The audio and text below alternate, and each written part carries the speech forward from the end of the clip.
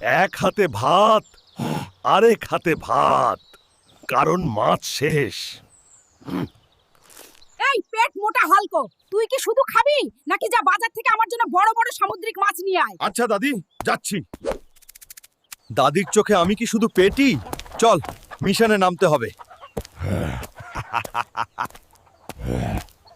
কাকা, আপনার কাছে কি একদম বড় বড় সামুদ্রিক মাছ আছে? বড় মাছ চাইলে তোকে যেতে হবে নদীর মুখের সমুদ্র বন্দর পর্যন্ত। এই মাছ না, মাছ দানব। চল, দাদির জন্য বড় মাছ নিয়ে যাই।